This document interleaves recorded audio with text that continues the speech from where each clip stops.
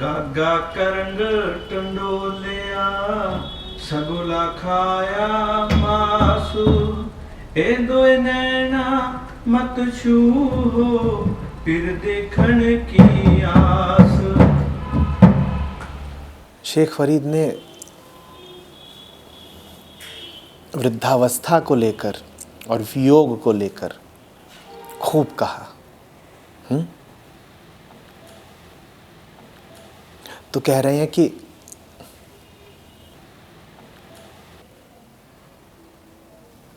वियोगी मन, वियोगी स्त्री राह तकते तकते वृद्धा हो गई,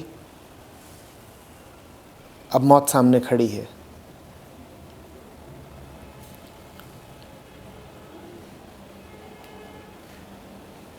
और उस मुकाम पर वो कहती है कि अरे कागा, अरे कौए, इस शरीर की मुझे बहुत परवाह नहीं, अब मर तो मैं जाऊंगी ही, तुझे जहाँ जहाँ से मांस नोचना होगा नोच लेना, चुग चुग खा लेना, पर आंखें छोड़ देना मेरी। नैनों पर चोच मत मारना। क्यों? उनमें पिया मिलन की आस है। समझ रहे हो? तुम्हारी पूरी हस्ती में सिर्फ वो हिस्सा महत्वपूर्ण है जो प्रियतम से जुड़ा हुआ हो, जिसमें प्रियतम बसे हुए हों। बाकी सब सिर्फ मांस है, बाकी सब नष्ट हो जाए कोई बात नहीं।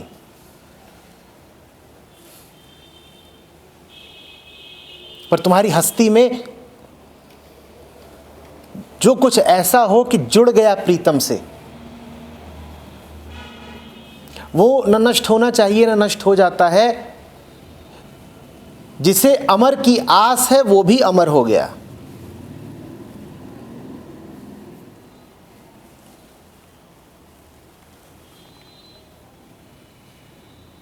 बात समझ में आ रही? बहुत कुछ हो तुम और बहुत दिशाओं में भागते हो तुम।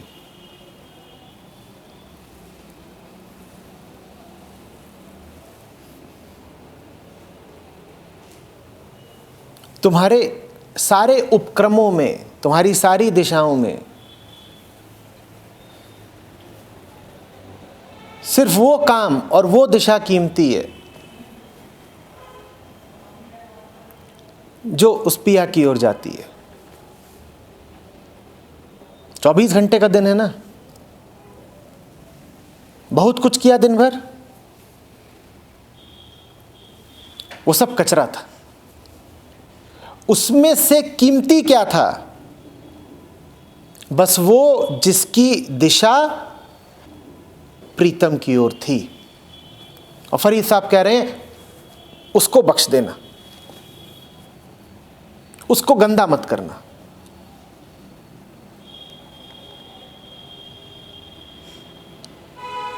बाकी सब तो हटाओ।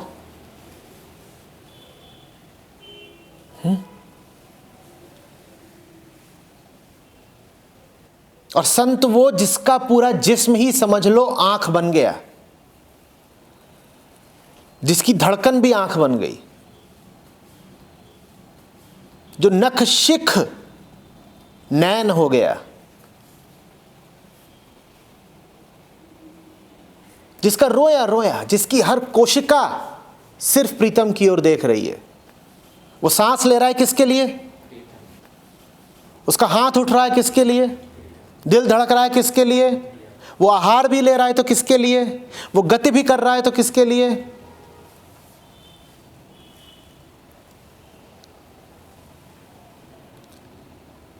ऐसे जियो तो फिर फरीदों को जाना।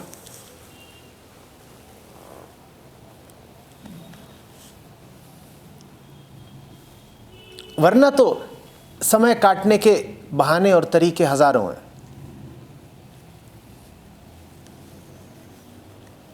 थोड़ी गणित ही लगा लो,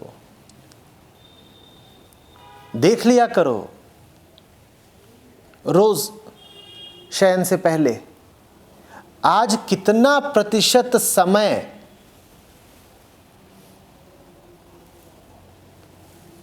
उसके ख्याल में, उसके जिक्र में,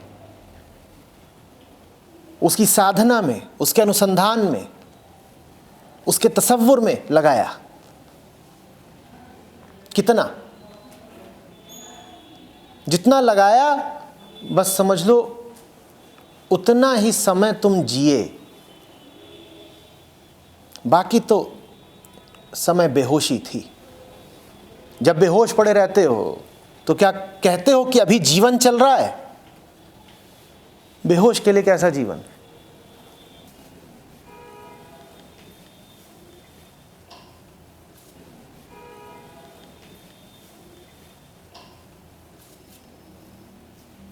आंखें बचाने लायक सिर्फ तब हैं जब उसको तलाशें। कान बचाने लायक सिर्फ तब हैं जब उसको सुने। कंठ, जबान, होठ बचाने लायक सिर्फ तब हैं जब उसका जिक्र करें। पांव बचाने लायक तब हैं जब उसकी ओर बढ़ें। हाथ बचाने लायक तब हैं जब उसका नमन करें।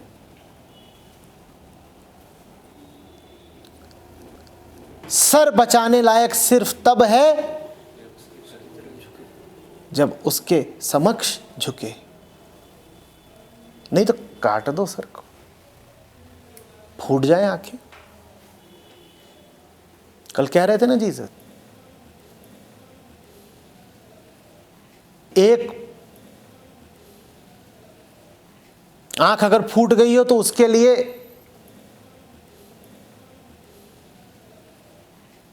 और कुर्बानियां मत दे देना। आंख दिखेगी फूट गई तो निकाल बाहर करो आंख को, गाउज आउट दैट आई।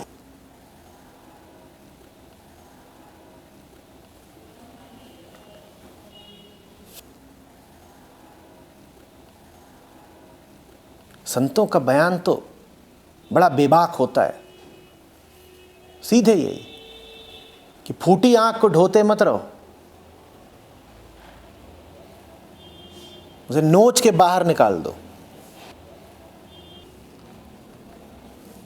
फूटी आंख समझ रहे हो ना? कौन सी आंख? जो प्रकाश को नहीं देख सकती, जिसमें पिया नहीं बसे। बचाने मत रह जाना ऐसी आंख को, हटाओ।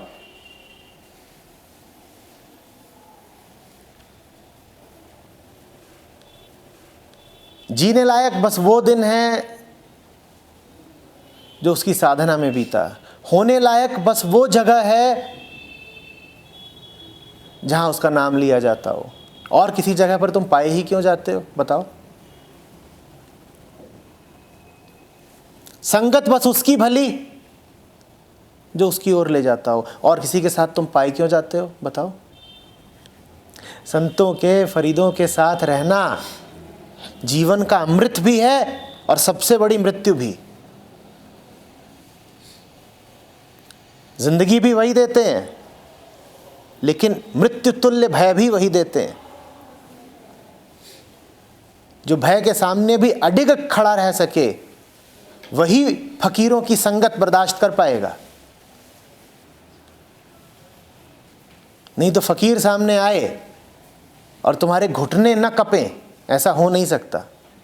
वो महामौत होता है।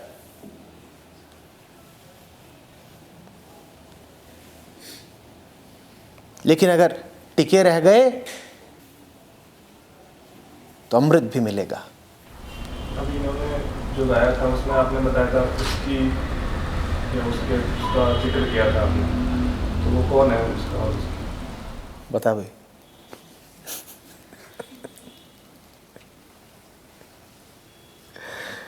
जब भी आंखें देखती हैं सामान्यतया भी, तो कुछ तलाशने के लिए ही देखती हैं ना।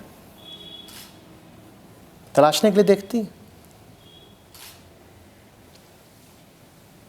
लेकिन देखती ही जाती हैं, जो चाहिए वो मिलता नहीं। तुमने गौर किया है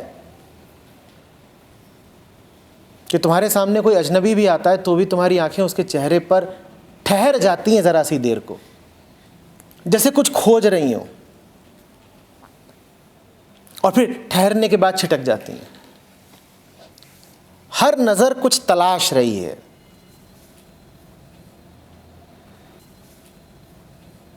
फरीद साहब उस नज़र की बात कर रहे हैं जो वहीं जाकर ठहर गई है जिसकी तलाश थी। अब ये कैसे होगा? क्योंकि जिसकी तलाश थी उसके बारे में तो कहा गया है कि वो भौतिक नहीं है, व्यक्ति नहीं है। तो दो बातें। पहली, ये आंख तो दुनियावी चीज़ों को ही देख सकती है।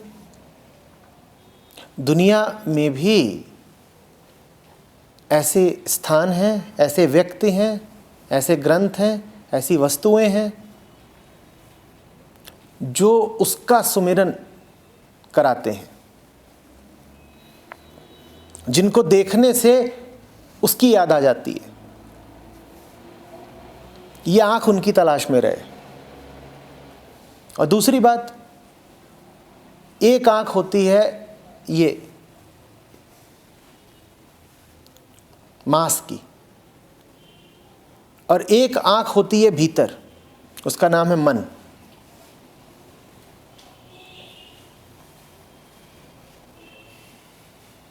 वो भी देखती रहती है, वो भी तलाशती रहती है। ये आंख स्थूल है, भीतर की आंख सूक्ष्म है। स्थूल आंख जाकर के बैठ जाए किसी ऐसे स्थूल विषय पर जो ले जाता हो सूक्ष्म की ओर,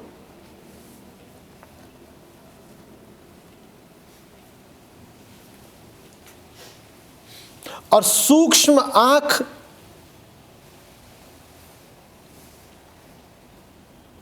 को लगातार सूक्ष्मतम का ध्यान रहे, उसे लगातार ये एहसास रहे कि वो भटक किस लिए रही है।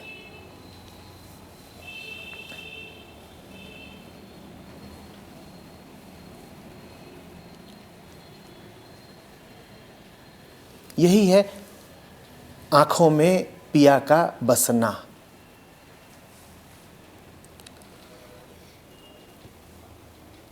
भौतिक रूप से ऐसी जगहों पर पाए जाओ जहां ये दो आंखें भी सत्संगति का ही दर्शन करें।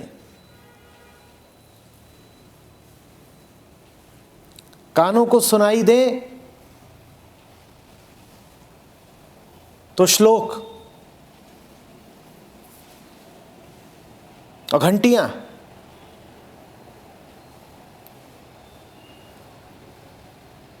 और झरनों की कलकल, और आंखों को दिखाई दे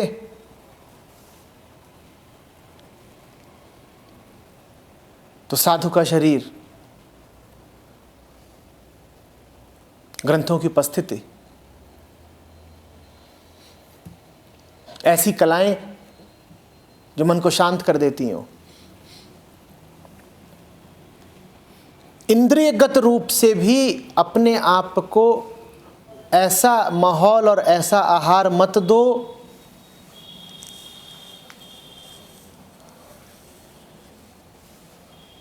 जो तुम्हारे लिए घातक हो।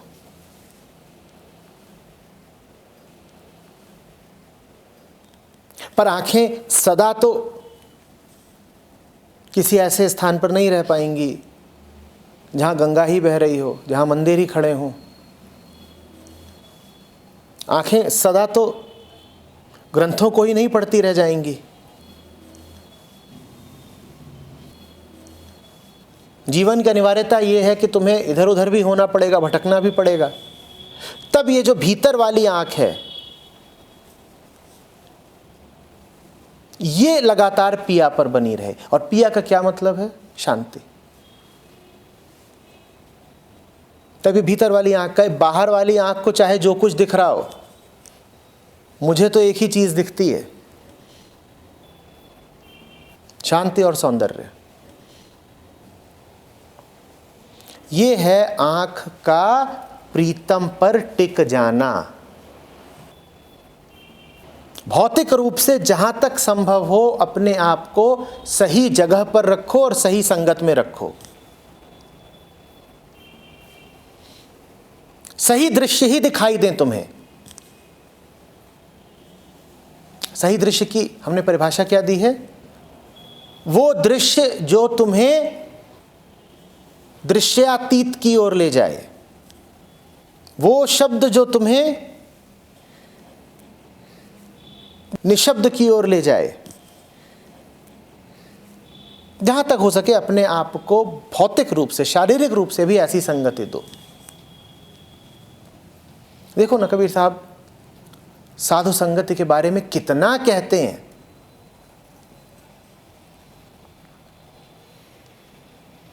और जब मजबूरी हो कि सशरीर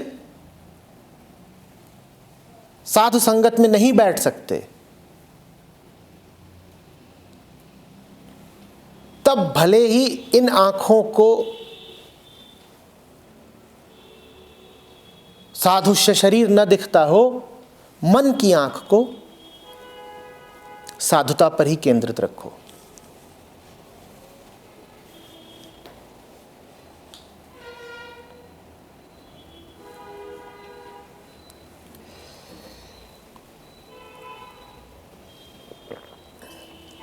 मन की आंख को साधुता पर केंद्रित रखना आसान हो जाता है अगर तन की आंख के सामने साधु बैठा हुआ है।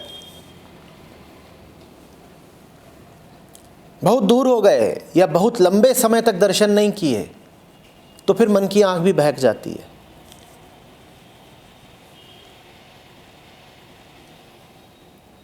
तो कबीर साहब कहते हैं जाओ रोज मिलो,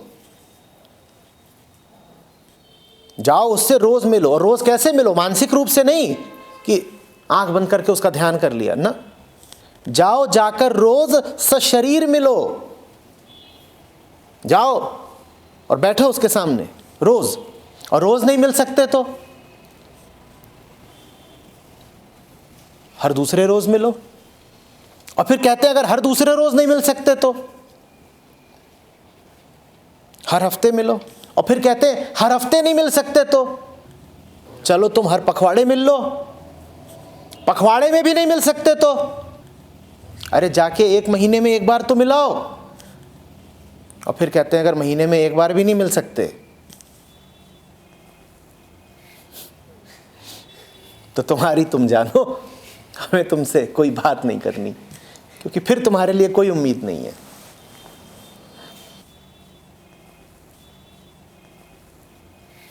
तो आंखों के सामने शारीरिक रूप से भी वो रहे जो उसकी याद दिलाता है, बहुत जरूरी है।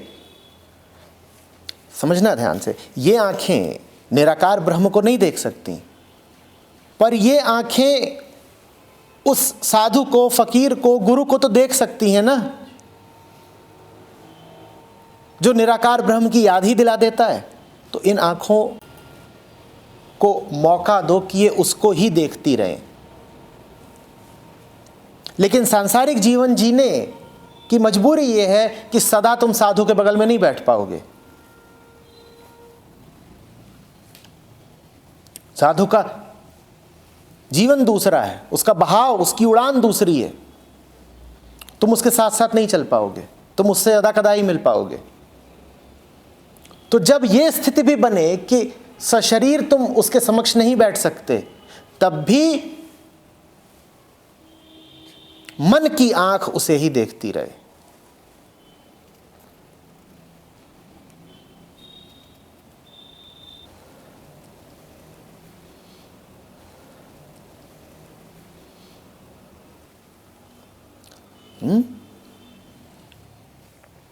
एक गीत होता है जिसको तुम होठों से गाते हो, लेकिन दिन भर तो नहीं गा पाओगे। तो होठों से गाओ, और जब होठों से न गा पाओ तो तराना भीतर बजता रहे।